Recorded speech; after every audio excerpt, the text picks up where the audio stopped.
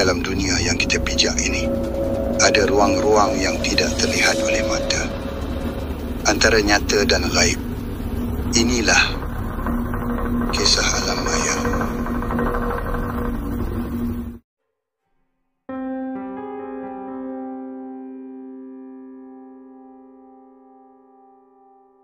Malam itu, selepas suara Amran yang seakan-akan dipikul angin tadi hilang, Man terasa seluruh tulang belakangnya membeku. Mata Tok Aki masih tajam memerhati rimbunan pokok yang berdiri melengkung seperti sebuah gerbang, seolah-olah itulah pintu masuk ke lembah hitam yang orang tua kampung selalu sebut sebagai lorong yang tidak semua manusia patut masuk. Tok, suara tu betul suara Amran kan? Suara Man pecah, hampir berbisik. Tok Aki tidak menjawab. Dia hanya menunduk perlahan, mengambil segenggam tanah dan memicitnya di antara jari. Tanah itu hancur berderai, seperti tidak bermaya. Kalau itu betul suara Amran, Tok Aki berkata perlahan, itu bermakna dia dah terlalu jauh. Man kaku. Terlalu jauh? Maksud Tok. Tok Aki menghela nafas panjang. Dia dah melangkah ke tempat orang tak sepatutnya pergi. Lorong antara dua dunia. Dunia kita dan dunia mereka. Bau hanyir yang mula merayap. Angin tiba-tiba berubah.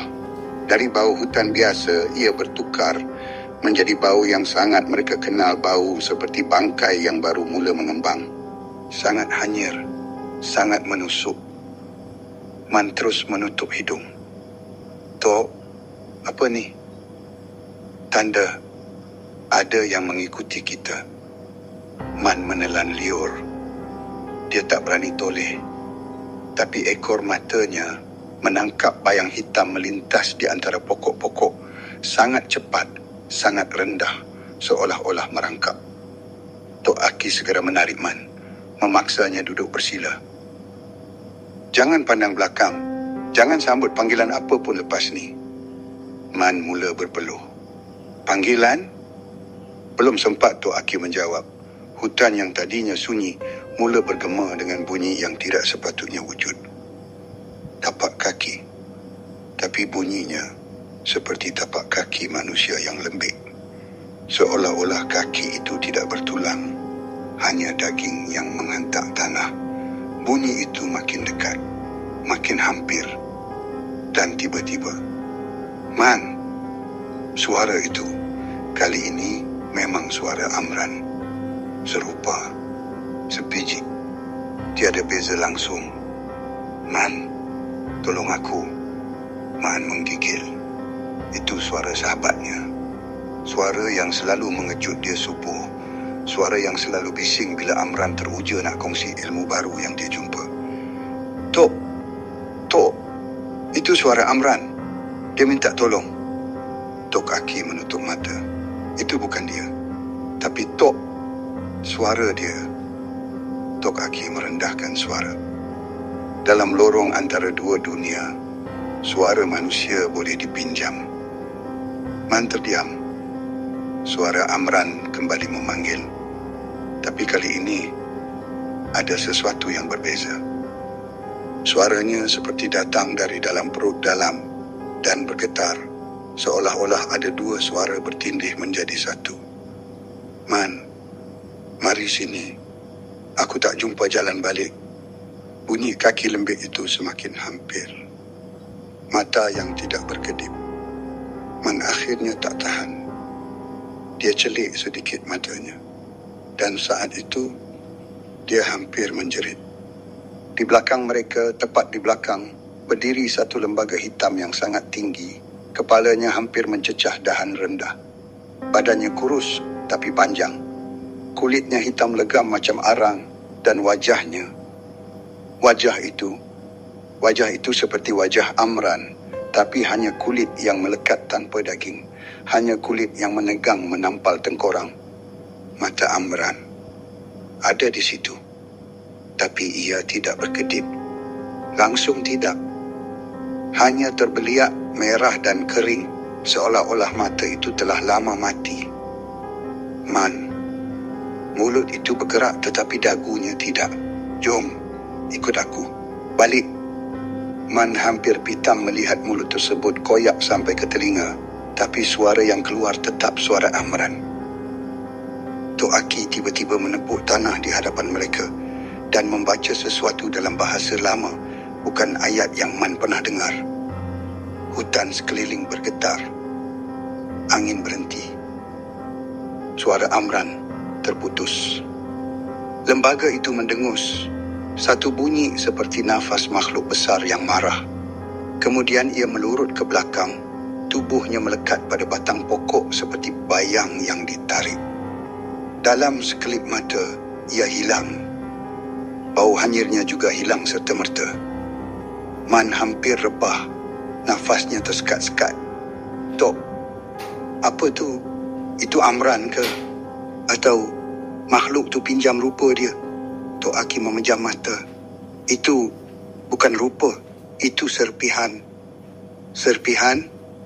Serpihan diri Amran yang sudah ditarik ke sana. Man menelan liur. Maksud Tok, Amran dah bukan manusia. Tok Aki menggeleng perlahan. Dia masih hidup. Tapi makin lama dia di lorong itu, makin banyak bahagian dirinya akan disiat dan dipinjam makhluk lain untuk memanggil kita. Pintu yang mula terbuka. Tok Aki memegang lengan Man. Kita kena cepat sebelum lorong itu terbuka sepenuhnya. Man terpinga-pinga. Terbuka. Tok Aki menunjuk ke arah rimbunan pokok gerbang semula jadi yang terbentuk dari dahan dan batang yang melengkung. Dulu pintu itu hanya bayangan.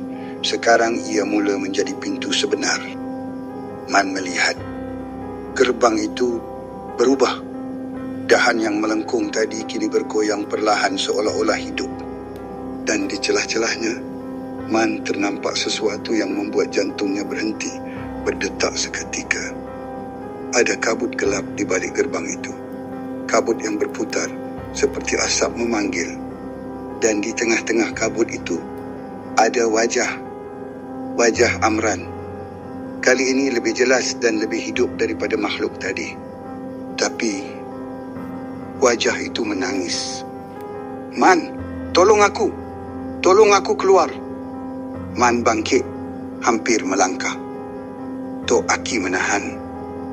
Kalau kau masuk, kau takkan keluar.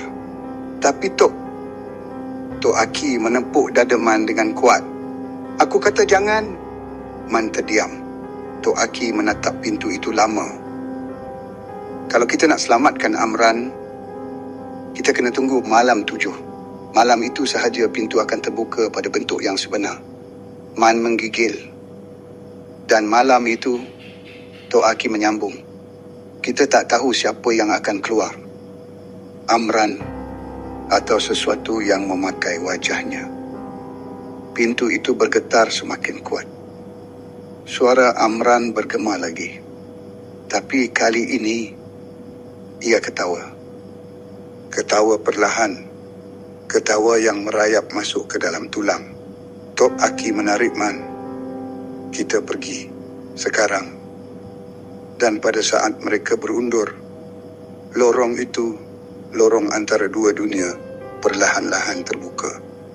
Seolah-olah dunia di baliknya sedang menunggu Man dan Tok Aki melangkah masuk.